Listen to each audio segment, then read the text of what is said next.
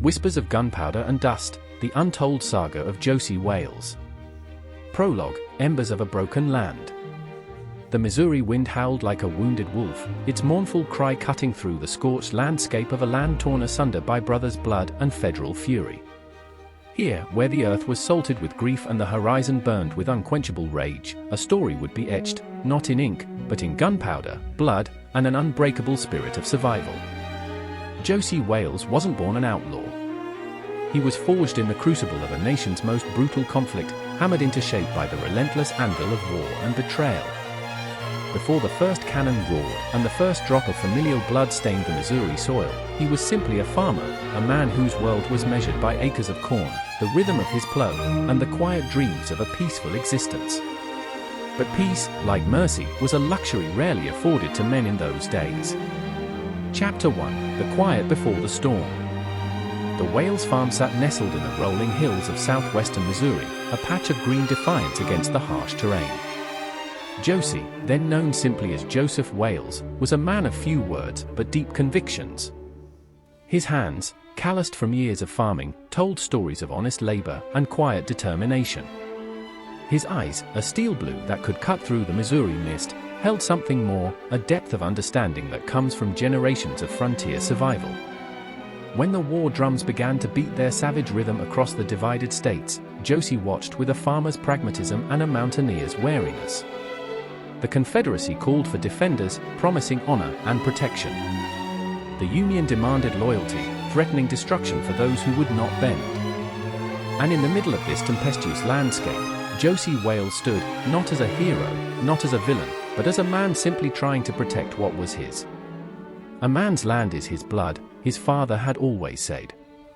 And when they come to take your blood, you fight with everything you've got. Those words would become a prophecy. Chapter 2: The Burning.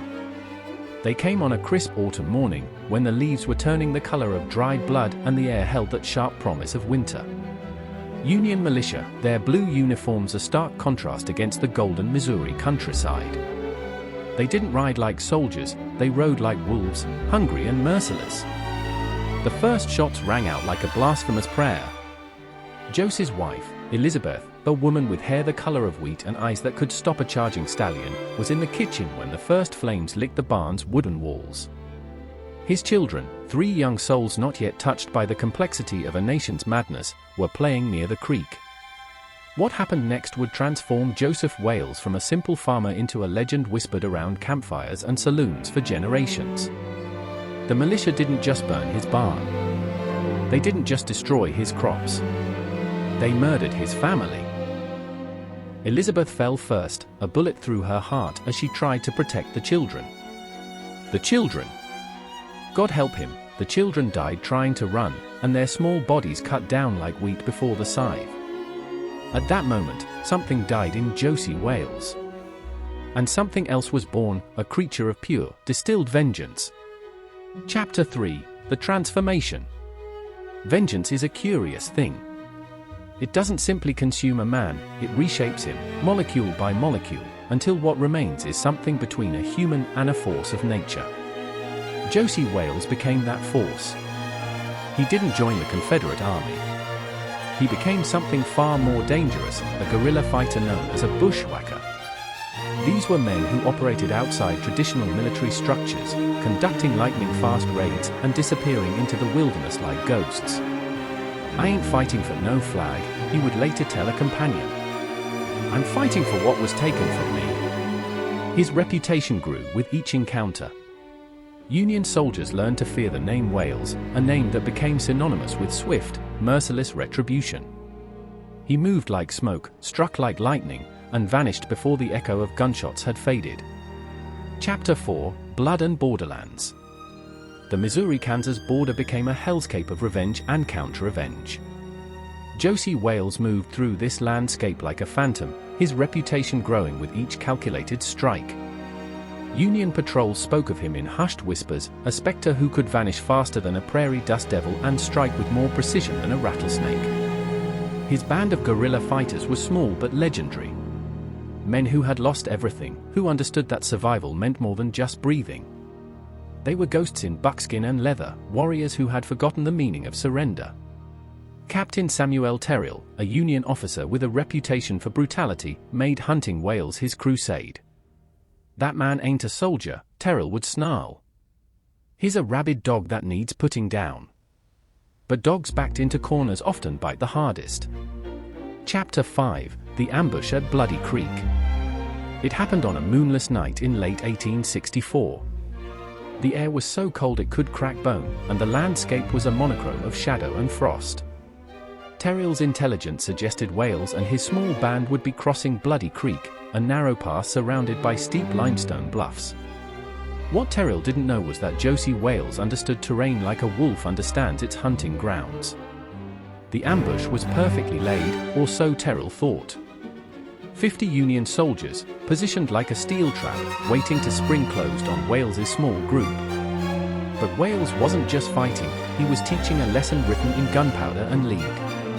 As the first shots rang out, something extraordinary happened. Instead of scattering, Wales's men moved with a coordination that seemed almost supernatural.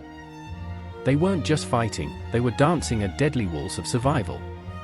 Chapter 6: The Cost of Vengeance. Survival has a price. And for Josie Wales, that price was paid in blood and lost humanity. By the war's end, he was no longer the farmer who had planted corn and dreamed of peaceful harvests. He was a legend, a man who had transformed pain into a weapon so sharp it could slice through an entire military apparatus. But legends are heavy things to carry. Revenge is a medicine that poisons the man who drinks it, an old Native American tracker once told him. Wales understood this truth deeper than most men ever would. The war ended. But for some men, wars never truly conclude. They simply change battlegrounds. Chapter 7: Ghosts of the Frontier. The West wasn't kind to men with histories like Josie Wales. Every town was a potential trap, every stranger a potential enemy. He learned to read landscapes like most men read books. Every rock, every shadow told a story of potential threat or temporary sanctuary. His first years after the war were a continuous dance of survival. No longer a guerrilla fighter, but not quite a civilian. He moved between Missouri, Kansas, and the Wild Territories, always one step ahead of memories and potential retribution. A lone wolf doesn't forget the scent of those who hunt him. Chapter 8: Unlikely Alliances. It was in the Oklahoma Territory where Wales found an unexpected companion, a Cherokee tracker named Lone Wolf, a man who understood displacement and survival better than most. Their relationship wasn't friendship. It was a mutual understanding born of shared pain. A man without a home is a man without roots, Lone Wolf would say. But a rootless tree can sometimes grow the strongest. Together, they navigated a landscape more treacherous than any battlefield. Union bounty hunters, local lawmen, and old Confederate enemies all saw Wales as a prize to be claimed. Chapter 9: The Reckoning. By 1870, the legend of Josie Wales had grown larger than the man himself. Wanted posters stretched from Kansas to Texas, each telling a fragment of a story too complex for simple justice. But legends have a way of catching up. At a small trading post in Indian Territory, fate would deal its final hand. Samuel Terrell, the Union captain who had hunted him throughout the war, was waiting. Not as a soldier now, but as a bounty hunter with a personal vendetta. The confrontation would become the stuff of frontier mythology. Chapter 10: The Showdown at Red Rock Canyon. The trading post sat like a weathered bone in the middle of Indian Territory, surrounded by red rock formations that seemed to bleed under the merciless southwestern sun. Samuel Terrell wasn't alone. He'd brought 6 hardened bounty hunters, each with a Winchester rifle and a hunger for the substantial reward on Wales's head. Wales saw them before they saw him. "Ain't nothing deadlier than a man with nothing left to lose," he muttered, checking the 6-shooter at his hip. The weapon had been with him since the war. A Remington Model 1858, its metal scarred and worn, but still deadly accurate. Terrell's voice cut through the dry afternoon heat. "Joseph Wales, your days of running end today." The response came not in words, but in a lightning-fast draw that would become legendary in frontier stories. Chapter 11: Echoes of Betrayal. But this wasn't just about capture. This was about a debt paid in blood, a reckoning that had been brewing since those first brutal moments when Union militia destroyed everything Wales had ever loved. Lone Wolf, watching from a distant ridge, understood something profound about human nature that day. Revenge wasn't just an action, it was a living, breathing entity that consumed everything in its path. The gunfight would last less than 30 seconds. But those seconds would become immortal. Chapter 12, The Aftermath. When the dust settled, 3 bounty hunters lay dead. Terrill was wounded, his right shoulder shattered by Wales's first shot. And Wales? He vanished like smoke, leaving behind nothing but legend and whispered stories. Some men are born to be stories, Lone Wolf would later say. And some stories are too powerful to be contained by a single lifetime. The West had birthed many legends. But few would burn as bright, as fierce, or as uncompromising as Josie Wales. Chapter 13, The Long Shadow. Years passed. The West transformed. Railroads carved iron veins across territories, towns sprung from dusty plains like desperate flowers, and the wild frontier began to shrink beneath civilization's relentless march. But legends don't die. They simply change shape. Josie Wales became more myth than man. Travelers would swap stories in saloons, some claiming he'd been killed a dozen times, others insisting he'd been seen as far north as Montana and as far south as Mexico. The truth was more complicated. Chapter 14, Redemption's Whisper. By 1885, Wales had found a kind of peace, if peace could be defined by a man constantly watching his back. He'd settled in a small ranch near the New Mexico territory, far from the memories that had once consumed him. Lone Wolf remained his only true connection to a world that had long since forgotten him. A man can run from his past, Lone Wolf told him one evening, but he cannot outrun the stories that follow him like shadows. Chapter 15, The Final Reckoning. It wasn't a dramatic gunfight that would define Wales's final chapter. It was something far more subtle, a quiet understanding that survival itself was the greatest act of rebellion. When old age finally came for Josie Wales, it found a man transformed. Not the vengeful spirit of his younger years, but a weathered soul who had learned that memory was both a curse and a blessing. He died as he had lived, on his terms. No fanfare, no dramatic last stand. Just a man who had survived when survival seemed impossible.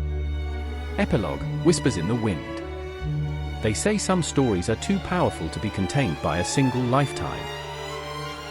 Josie Wales was more than a man. He was a testament to human resilience, to the extraordinary capacity for survival that lurks within the most broken hearts. In the end, he wasn't just an outlaw. He was a mirror reflecting the brutal, beautiful complexity of a nation torn apart and slowly stitching itself back together.